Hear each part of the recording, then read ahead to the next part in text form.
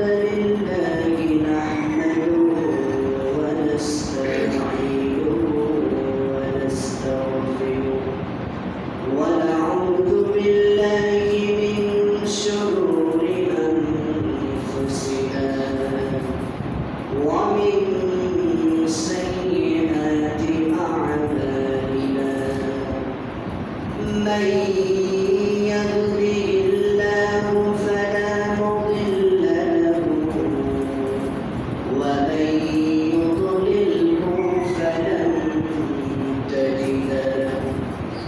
فلن تجد له وليا مرشدا ونشهد أن لا إله إلا الله وحده لا شريك له ونشهد أن سيدنا سندنا ومولانا وأولانا وطبيب قلوبنا محمد الذي أرسله بالحق بشيرا ونذيرا وداعيا إلى الله بإذنه وسراجا وقمرا منيرا فقد قال الله تعالى في كلامه المجيد والفرقانه الحميد شرط جرى محمد الشهيد الكريم أعوذ بالله من الشيطان الرجيم بسم الله الرحمن الرحيم واعبدوا الله ولا تشركوا به شيئا وبالوالدين إحسانا وبذي القربى واليتامى والمساكين والجار ذي القربى والجار الجنوب والصاحب بالذنب وقال الله تعالى في شان حبيبه آمرا ومخبرا إن الله وملائكته يصلون على النبي يا أيها الذين آمنوا صلوا عليه وسلموا تسليما اللهم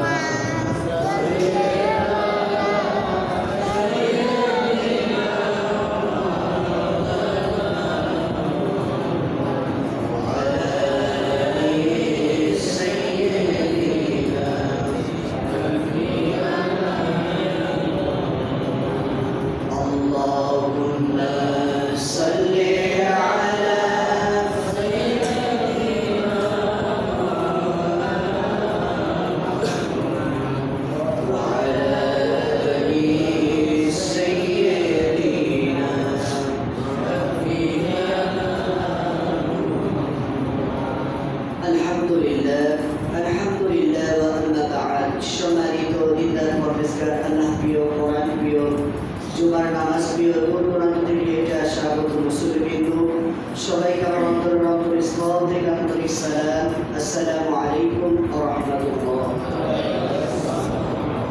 আল্লাহ পাক রব্বুল আলামিন তাবারক তাআলা দরবারে লাখো কোটি শুকরিয়া কৃতজ্ঞতা যে মহান রব্বুল আলামিন আমাদেরকে অত্যন্ত ভালোবেসে মহব্বত করে ফিতনা ফাসাদের জামানায় আমাদেরকে মসজিদের জন্য আগে এজন্য দিল থেকে শুকরিয়া আদায় করে সকলে বলে আলহামদুলিল্লাহ।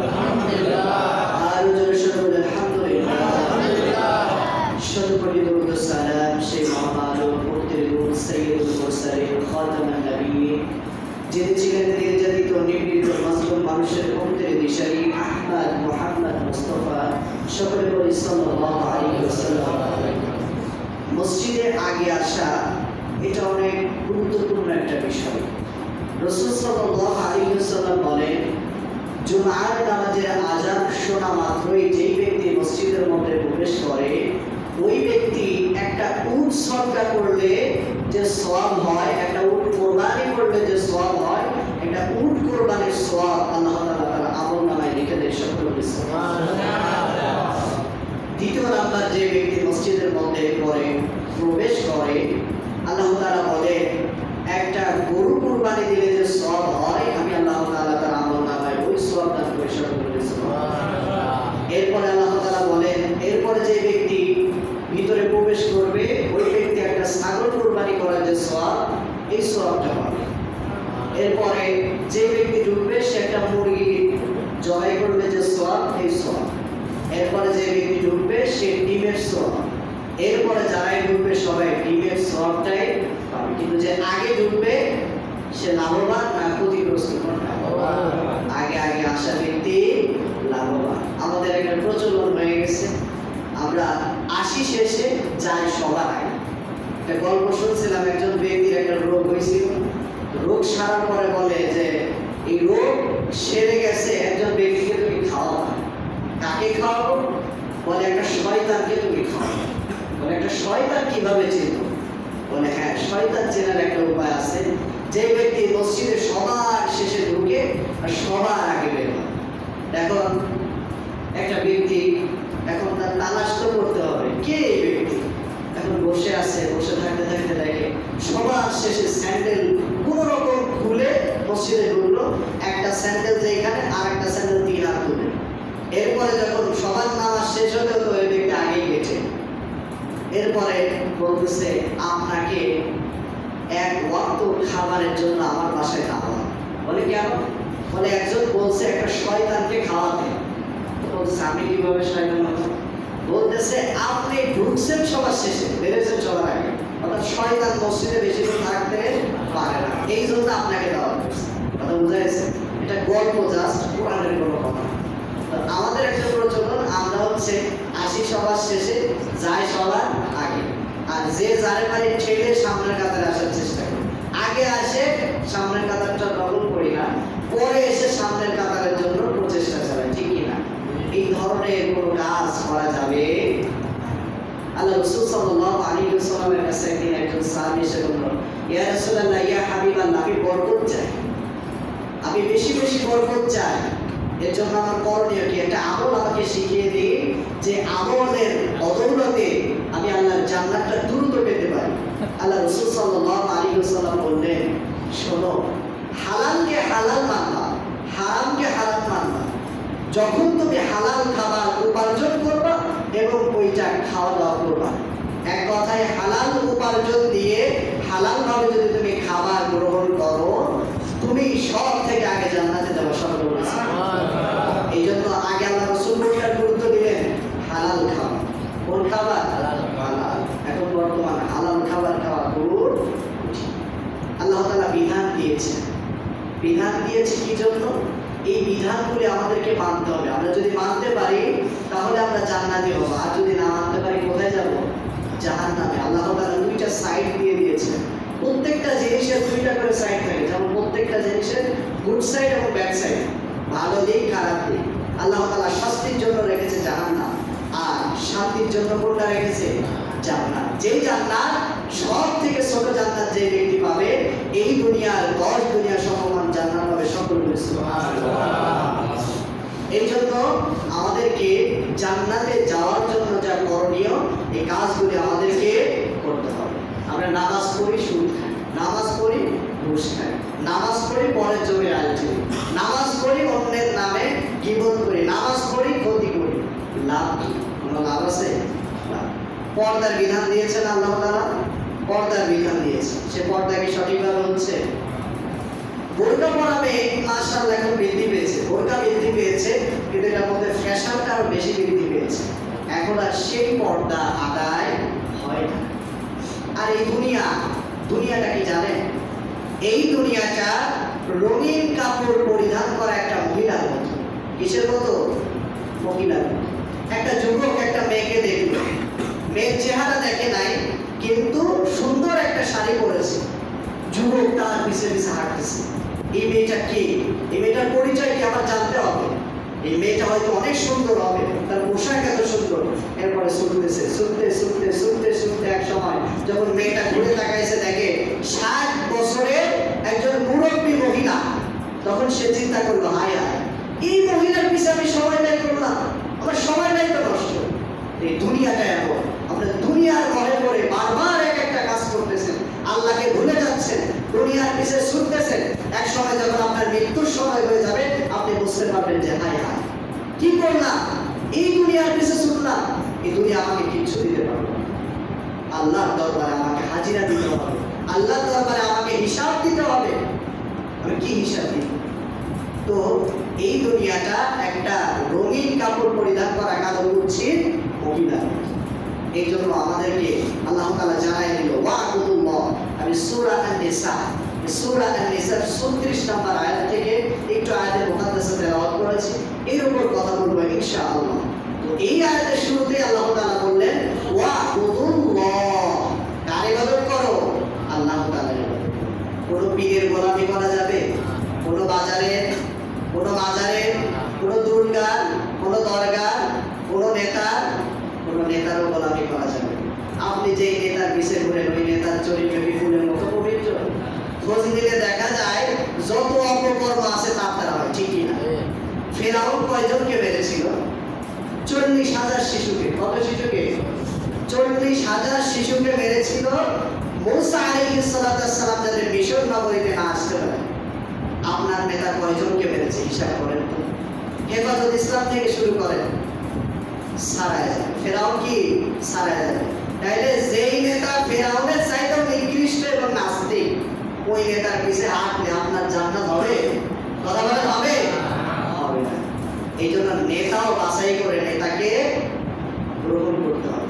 যে নেতা আপনাকে অন্যের ঘর বাড়ি ভাঙার জন্য স্বীকৃতি দেয়, যে নেতা আপনাকে অন্যের বউ ভাগায় আনার স্বীকৃতি দেয়, ওই নেতার পিছে ছুটলে আপনি কখনো জান্নাতি হতে পারবেন না। যে নেতা আপনাকে ইসলাম শিক্ষা দেয়, যে নেতা আপনাকে ভালো ভালো কাজ করার শিক্ষা দেয়, যে নেতা আপনাকে মানবতার শিক্ষা দেয়, ওই নেতার পিছে ছুটলে আপনার লাভ আছে, ঠিক না? মানুষ অনেক দামি একটা জিনিস, এই মানুষ অনেক দামি, কিন্তু মানুষ তার কাজে কর্মে নিজেদেরকে সব থেকে তুচ্ছ আর নিম্নের দিকে নিয়ে যাচ্ছে। যখন ফেরেশতাদেরকে আল্লাহ তাআলা বলল সিজদা করো, এই যে আমার আদম, আমি যে আদমকে সৃষ্টি করলাম, মাটি দিয়ে মানবজাতি সৃষ্টি করলাম, ও ফেরেশতারা সিজদা করো। ফেরেশতারা নূরের তৈরি, আর মানুষ কিসের তৈরি? মাটি। তাহলে ফেরেশতাদেরকে দিয়ে আমাদেরকে সিজদা করানো হয়েছিল, তাহলে আমাদের দাম কম না বেশি? কিন্তু এই মানুষ আল্লাহর নেমখারামি করতে করতে এমন পর্যায়ে চলে যাচ্ছে, যার কারণে মানুষের দাম আস্তে আস্তে নষ্ট হয়ে যাচ্ছে, ঠিক না? এই জন্য আমাদের এত দাম আল্লাহ তাআলা দিয়েছে, এই দাম আমাদেরকে ধরে রাখতে হবে, ঠিক না? আর এই দাম ধরে রাখার জন্য একমাত্র কার গোলামি করতে হবে? আল্লাহর গোলামি। ওয়া'বুদুল্লাহ, আল্লাহর ইবাদত করো, ওয়ালা তুশরিকু বিহি শাইআ, কখনো শিরিক করো না। শিরিক এমন একটা গুনাহ, তাও কিয়ামতের ময়দানে আল্লাহ তাআলা শিরিককারীর দিকে একটা নজরও তাকাবে। কতটা নিকৃষ্ট শিরিককারী ব্যক্তি, চিন্তা করেছেন? সব সময় ভরসা করতে হবে কার? আল্লাহর উপর। আপনার পরিবারের সমস্যা, সংসারে অশান্তি, কার উপর ভরসা করবেন? আল্লাহর উপর। কোনো তাবিজ কবজ কাউকে কখনো স্বীকৃতি দিতে পারে না, কারণ সব কিছু করার মালিক কে? আল্লাহ। আপনাকে সৃষ্টি করেছে আল্লাহ, এই আইন আল্লাহ, এই সৃষ্টি আল্লাহ, সব কিছু আল্লাহ। সুতরাং আপনিও প্রার্থনা করবেন কার কাছে? আল্লাহর কাছে। মরা মানুষ কাউকে কখনো উপকার করেছে দেখেছেন? তাহলে কেন মাজারে আমি কোটি কোটি টাকা ব্যয় করবো? পুরো ফায়দা নেই। ওর থেকে মসজিদে 10 টাকা দিলে ওইটা ফায়দা আছে না? অবশ্যই আছে। এই জন্য আমাদের এই দিকে খেয়াল রাখতে হবে। এরপরে ওয়াবিল ওয়ালিদাইনি ইহসানা, মা বাবার সঙ্গে ভালো আচরণ আজকে অধিকাংশ সন্তান মা বাবাকে মারধর করে, মা বাবার উপর গালিগালাজ করে, এটা দেখা যায়। আসলে এটা কি প্রাপ্য ছিল?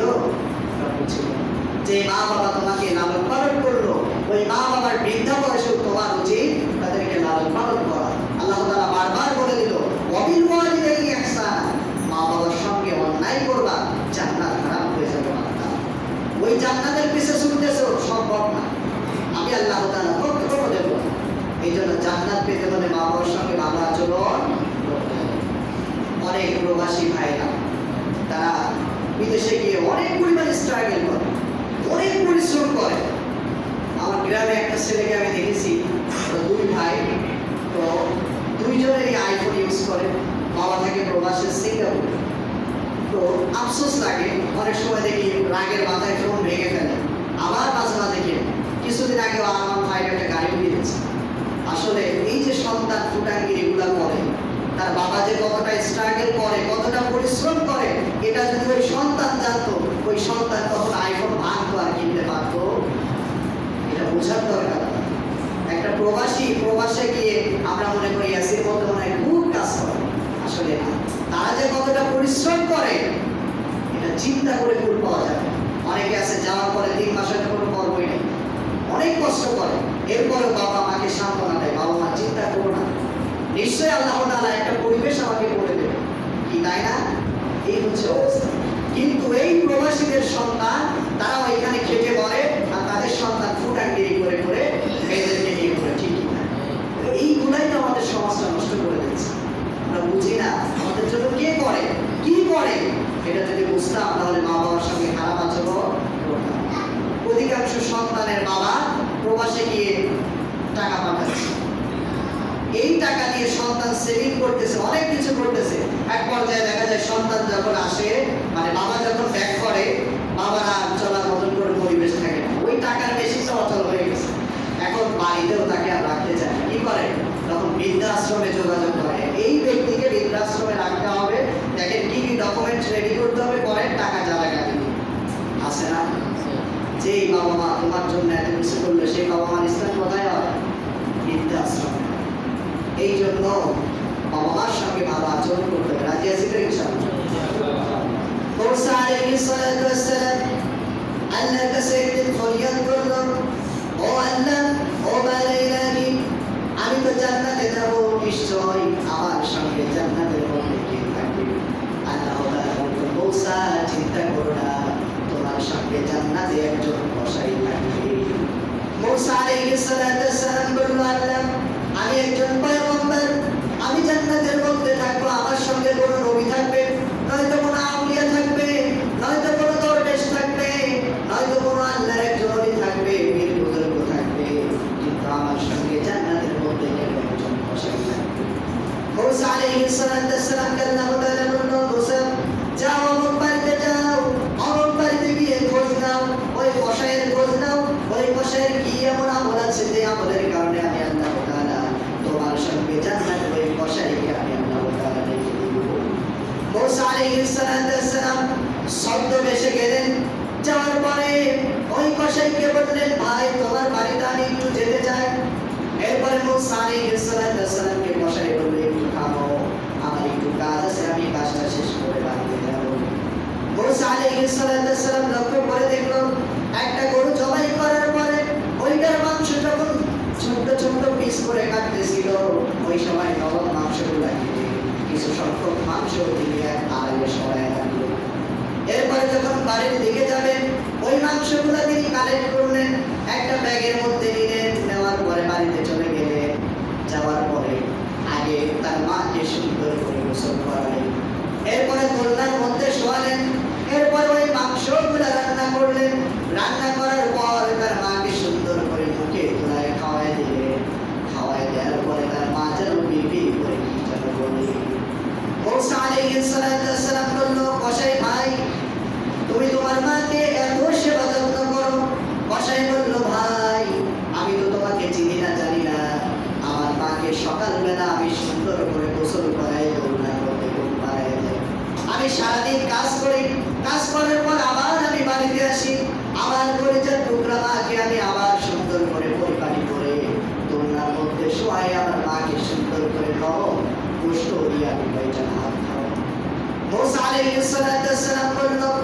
আমার মা কি যেন খাওয়ার পরে বিড়বিড় করে বলে, ঘটনা কি? আমি তো এই তথ্যটা জানতে চাই। এরপরে কসাই বলে, ভাই আমার মা একটা দোয়া করে, একটা পাগলা দোয়া করে, এই দোয়াটা শুনে তোমার নাম জানে। আমার মা দোয়া করে, আল্লাহ আমার সন্তান আমাকে এত সেবা যত্ন করে। শুনেছি এই যুগের এই জামানার একজন পয়গম্বর আছে, যুগের কদর পয়গম্বর, যার নাম হচ্ছে মুসা কালিমুল্লাহ। এই মুসা কালিমুল্লাহর সঙ্গে আমার সন্তানকে তুমি জান্নাতের জন্য কবুল করে নাও। আমার ভাই পাগলা দোয়াটা করে। মুসা আলাইহিস সালাম বলল, কসাই ভাই তোমার মায়ের এই পাগলা দোয়াটা আল্লাহর কাছে এত পরিমাণ গ্রহণযোগ্য হয়েছে যে আল্লাহ তাআলা তোমাকে ওই মুসা পয়গম্বরের সঙ্গে জান্নাতের জন্য আল্লাহ তাআলা কবুল করে নিয়েছে। সুবহানাল্লাহ। কি জন্য কবুল করেছে? মায়ের সেবা করার জন্য। এই জন্য মা বাবার সেবা যত্ন করতে হবে। আমরা মা বাবার সেবা যত্ন করি না, তাদেরকে গ্রহণ করি না, এই জন্যই আমাদের সংসারে অশান্তি, বিপদ, আপদ আর বালা মুসিবত, ঠিক কিনা? এই জন্য মা বাবা, আপনি যেমন মা বাবার সঙ্গে খারাপ আচরণ করবেন, আপনারও এটা রিটার্ন আসবে, ঠিক কিনা? আপনার সন্তানও দেখবেন, আপনাকে দেখতে পারবেন, আপনাকে মাঝে মাঝে মারধর করবে, আপনাকে বকাবাজি করবে। ওই যে অনেক বাবা মা অনেক সময় বলে, হুজুর সন্তান না মানে মানুষ হইবে, একটু দোয়া করবেন। আমি মাঝে মাঝে বলি, আপনার জীবন দশায় কি এমন কিছু আছে? আপনার মা বাবার সঙ্গে আপনি কি এমন কিছু করেছেন? তখন মাথাটা নিচু করেন। আসলে নিচু করে তো লাভ নাই। আপনি যে কর্ম করেছেন, আপনার বাবা মা আপনার কাজে কর্মে অসন্তুষ্ট হওয়ার কারণে আল্লাহর কাছে একটা ফরিয়াদ করেছে। আপনার সন্তান আপনাকে এখন পেইন দেয়, আর ওই পেইনটা আপনাকে গ্রহণ করতে হয়, ঠিক কিনা? এই জন্য মা বাবার সঙ্গে ভালো আচরণ করতে হবে।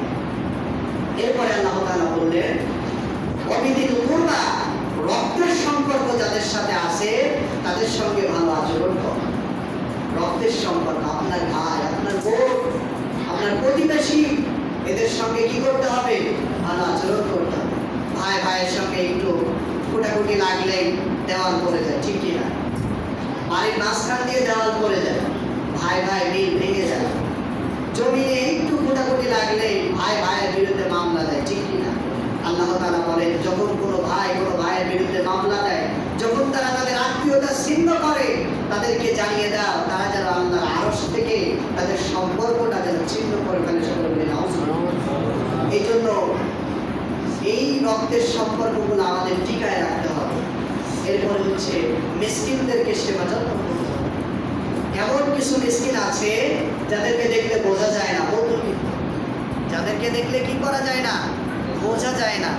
তারা হয়তো বাড়িতে কিছু আছে, বিক্রি করবে, লজ্জায় বিক্রিও করতে পারে, আবার কারোর কাছে হাত পাতবে, হাতও পাততে পারে। তারা চিন্তা করে, লজ্জা বোধ করে, কি হবে? মানুষ বলবে অমকের বাবা তো এত কিছু রেখে গেছে, এখন হাত পাতে কেন? আসলে সংসার সবসময় একরকম হয় না। একটা বিজনেস করে একজন ব্যক্তি, এক বছরে হয়তো 2 লাখ 4 লাখ টাকা সেভিং করে, আর এক বছরে 4 লাখ হারায় যায়, আছে না? এবার কোরবানির সময় আমি অনেক ব্যক্তিকে দেখেছি যারা প্রত্যেক বছর কোরবানি দিয়েছে, কিন্তু এই বছর ব্যবসায় লস যাওয়ার কারণে কোরবানি দিতে হয়। এমন হয় বিজনেস করার ক্ষেত্রে, এগুলো হয়।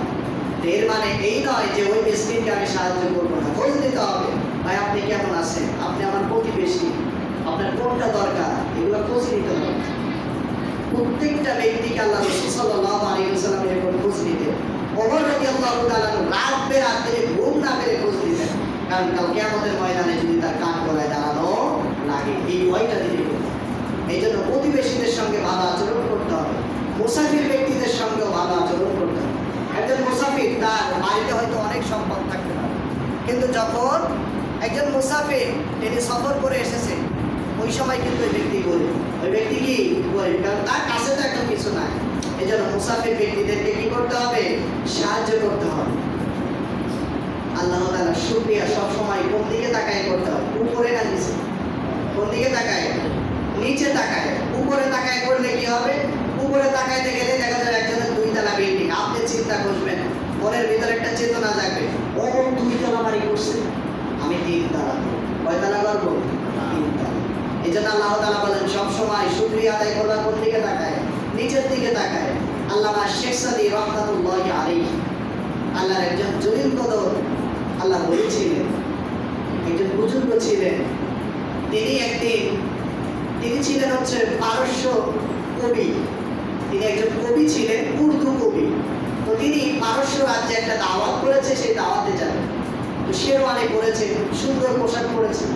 এরপরে যখন পায়ের দিকে তাকায় আর বলে আল্লাহ সব দিলাম, জুতাটাই দিলাম, এটা তিনি চিন্তা করতেছেন। কিছু দূর অতিক্রম করার পর পথের ভিতর তাকায় দেখে একজন ব্যক্তি তার দুইটা পা নাই, তার দুইটা পা নাই। এরপরে বললো ভাই তুমি কিভাবে চলো? অনেক সময় আমাদের আনকমন কোশ্চিন হয়ে যায় না? ওই ব্যক্তি একটু রাগান্বিত হয়েছে, আরে বেটা দেখতেছো না দুইটা পাই নাই, আমি কিভাবে চলি বুঝতেছো না? কারোর ঘাড়ে ভর দিয়ে চলি, নইলে হামাগুড়ি দিয়ে দিয়ে চলি। এরপরে আল্লামা শেখ সাদি রহমতুল্লাহ আলাইহি সিজদায় পড়ে গেল, আল্লাহর কাছে ফরিয়াদ করলো, আল্লাহ আমাকে তুমি জুতা দাও নাই, কিন্তু আমাকে দুইটা পা দিয়েছো, তোমার নিয়ামত দিয়েছো দুইটা পা, এই পা দিয়ে আমি যখন যেখানে খুশি চলে যেতে পারতেছি।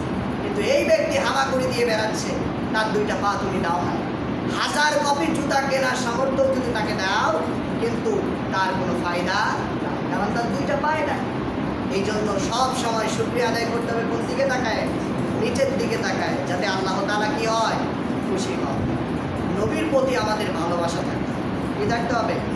নবীর প্রতি ভালোবাসা থাকতে হবে। আজকে আমাদের নবীর প্রতি ভালোবাসা কমে গেছে, নবীর সুন্নাত আমরা মূল্যায়ন করি না, দাড়ির প্রতি আমাদের মূল্যায়ন নাই, টুপির প্রতি আমাদের মূল্যায়ন, ঠিক কিনা?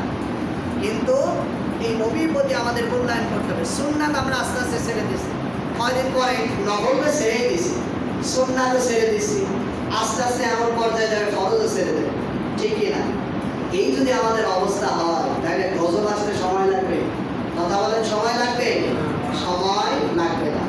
এই জন্য বিশ্বনবীকে ভালোবাসতে হবে, বিশ্বনবীকে মহব্বত করতে হবে, যেমন মহব্বত করেছিল তালহা রাদিয়াল্লাহু তাআলা। আপনারা শুনেছেন না, উহুদের ময়দানে যখন আল্লাহর নবীকে তীরের আক্রমণ আসতেছিল, ওই সময় প্রত্যেকটা তীর সেভ করার জন্য প্রত্যেকটা তীর তালহা রাদিয়াল্লাহু তাআলা নিজের শরীর দিয়ে সেভ করেছিলেন। আল্লাহ রাসূল চোখ দিয়ে টপ টপ করে পানি পড়তেছিল। আল্লাহ নবী বলেছিল, ও আমার সাহাবীরা, তোমরা যদি নবী প্রেমী দেখতে চাও, তোমরা যদি দুনিয়ার মধ্যে জীবিত শহীদ দেখতে চাও, তাহলে তালহা রাদিয়াল্লাহু তাআলা দিকে তাকাও। কেননা 80টা তীরের অধিক তীর তার শরীরের মধ্যে দিয়ে গিয়েছে আল্লাহ নবীকে সেভ করার জন্য। সকলে বলে আল্লাহু আকবার। চিন্তা করেছেন? এই জন্য আমাদেরকেও কি করতে হবে? বিশ্বনবীর প্রতি মহব্বত আমাদের মধ্যে পয়দা করতে হবে। আমরা এখন জানি কিন্তু আমল করি না। মসজিদের মধ্যে আসলে দেখেন না, হট্টগোল শুরু হয়ে যায়, এইদিকে অনেকে নামাজ পড়ে, ওইদিকে চিল্লা পাল্লা, মনে হয় যে মাছ বিক্রি হচ্ছে, কি তাই হয় না? যায়েদ বিন ইয়াজিদ রাদিয়াল্লাহু তাআলা আনহু বর্ণনা করেন, বিশ্বনবী সাল্লাল্লাহু আলাইহি ওয়াসাল্লাম বলেন, একদিন সাইয়্যিদুনা ওমর ফারুক রাদিয়াল্লাহু তাআলা মসজিদ থেকে একজন ব্যক্তিকে ডাক দিলেন। ডাক দেওয়ার জন্য তিনি কি করলেন? ছোট্ট একটা পাথর তার গায়ে নিক্ষেপ করলেন। নিক্ষেপ করার পরে ওই ব্যক্তি বলল যে, ওমর তুমি তো আমাকে জোরপূর্বক ডাক দিলেই পারতে, তুমি আমাকে একটা ছোট্ট পাথর দিয়ে আঘাত করে কেন ডাকলে? বললো, মসজিদ এমন একটা জায়গা, আল্লাহর ইবাদতের জায়গা, এখানে আমি যদি চিল্লাপাল্লা করি তাহলে হয়তো একজনের নামাজের মধ্যে ব্যাঘাত হয়ে যাবে, এই জন্য আমি কিভাবে এটা করি ওমর? এই জন্য আমি ওমর তোমাকে একটা ছোট্ট পাথর দিয়ে তোমাকে ইশারা দিয়ে ডাক দিই। চিন্তা করেছেন? আমরা কি করি? মসজিদের মধ্যে এসে আল্লাহ আচ্ছা শুনি, ঠিক না? এই জন্য মসজিদের আদব রক্ষা করতে হবে। বিশ্বনবী আমাদেরকে মানবতা শিক্ষা দিয়েছে, ঠিকই না? তার মানে এই নয় মসজিদের মধ্যে এসে আমার মারামারি বড়ি করবে। একজন কথা বলছে, তাকে বলবেন যে ভাই কথা বলার দরকার, কিন্তু এমনভাবে আমরা রিয়াক্ট করবেন না যে আমার জ্ঞান যাবো ওই দুইজনের মধ্যে বেশি, এরকম হয়ে যায় না অনেক সময়, এটা করা যাবে। মসজিদের মধ্যে একদিন মসজিদে নববীর মধ্যে বসে এক বেদুইন পোশাক করে দিয়েছে। সাইয়েদনা ওমর ফারুক রাদিয়াল্লাহু তাআলা বলতেছে, ইয়া রাসূলুল্লাহ একবার হুকুম দেন। হাতাটা গোছানো কমপ্লিট, ওমরের মেজাজ ছিল খুব বড়। আল্লাহ রাসূলকে বলতেছে, ইয়া রাসূলুল্লাহ একবার হুকুম দেন, ওই বেদুইনকে আমি 3 টুকরা করব। কত বড় সাহস! মসজিদের মধ্যে এসে পোশাক করলো, যেখানে আমরা ইবাদত করি, আমাদের ইবাদতের জায়গা। আল্লাহ রাসূল বলল, ও তুমি থামো, এই বেদুইন হয়তো জানে না যে জায়গায় আমরা ইবাদত করি, এই জায়গার গুরুত্বটা সেই ব্যক্তি জানে না, এজন্য তাকে মাফ করে দাও। বেদুইন চিন্তা করলো, হাই হাই, নবীর মানবতা কেমন! যেই নবী ইচ্ছা করলে ওমরকে যদি হুকুম দিত, আমার অবস্থা শেষ, এক কোপে কল্লা নেমে যেত। সেই নবী এতটা মানবতা দেখাইল, এরপরে তিনি হাতে হাত রেখে কালেমা পড়ে মুসলমান হয়ে গেছেন। সকলের আমাদেরও তো ওই মানবতাটাই ভিতরে ঢুকবে, ঠিক কিনা? কারণ আমরা কোন নবীর উপর? আখেরি জামানার পয়গম্বর হযরত মুহাম্মদ রাসূলুল্লাহ সাল্লাল্লাহু আলাইহি ওয়াসাল্লামের উপর যে নবীর মানবতা ছিল অপরিসীম। আল্লাহর নবী বিশ্ব নবী মানবতার প্রধান শিক্ষক জনাবে মুহাম্মদুর রাসূলুল্লাহ সাল্লাল্লাহু আলাইহি ওয়াসাল্লাম একদিন দেখলো ফাতিমা রাদিয়াল্লাহু আনহা মেয়ের দিকে যেন যাওয়া যাচ্ছে না। আল্লাহর নবী বিশ্ব নবী একটা বাগানের মধ্যে চলে গেলেন। যাওয়ার পরে একটা ইহুদিকে বলল, আমার কিছু সাহায্য করো। ওই ইহুদি বলল, ও মুহাম্মদ, তুমি যদি এই কূপ থেকে 100 বালতি পানি তুলতে পারো তাহলে তোমাকে 3টা খেজুর আমি করতে দিব। বালতি দিয়ে পানি তোলার জন্য যখন কূপ থেকে পানি তুলতেছে, কিছু বালতি পানি তোলার পরে ওই বালতির দড়িটা ছিঁড়ে যাওয়ার পরে ওই বালতিটা ভিতরে পড়ে গিয়েছে। ইহুদি আসার পর বলল, মুহাম্মদ তুমি কি করেছো? এই বালতিটা দ্রুততার সঙ্গে তুলো। বিশ্বনবী বলল, আমি কিভাবে তুলবো? আমার কাছে কোনো সামগ্রী নাই। এইটা বলার সঙ্গে সঙ্গে ইহুদি একটা ঠাস করে থাপ্পড় মেরে দিয়েছে। থাপ্পড় যখন মেরে দিয়েছে, আল্লাহর নবী বিশ্বনবীর চেহারা মোবারকে ওই ইহুদির 4-5টা আঙ্গুল যেন বসে গিয়েছে। আল্লাহর নবীর চোখ দিয়ে টপ টপ করে পানি পড়তেছে। আল্লাহর নবী ওই ইহুদির দিকে আগায় আসলেন। ইহুদির পিছে আরো কিছু লোক ছিল। আল্লাহর নবী বিশ্ব নবীর আগায় যাওয়ার মাধ্যম দিয়ে ওই ইহুদি চিন্তা করলো, আমাকে যদি বিশ্ব নবী একটা থাপ্পড় মারে আমি আর 2টা দিয়ে দিব। বিশ্ব নবী বলল, ইহুদি ভাই, তুমি আমাকে একটা থাপ্পড় মেরেছো, তোমার হাতটা দাও, তোমার হাতটা আমি একটু ডলে দিই, হয়তো তুমি ব্যথা পেয়েছো। ইহুদি চিন্তা করলো, হাই হাই, কার গায়ে আমি হাত তুলেছি, না জানি আমাকে একটা থাপ্পড় মারবে, কিন্তু আমার হাতটা নিয়ে তিনি ডলে দিতে চাচ্ছি। বললো, তুমি মুহাম্মদ, তোমার মধ্যে এত দয়া কেন এলো, মানবতা কেন?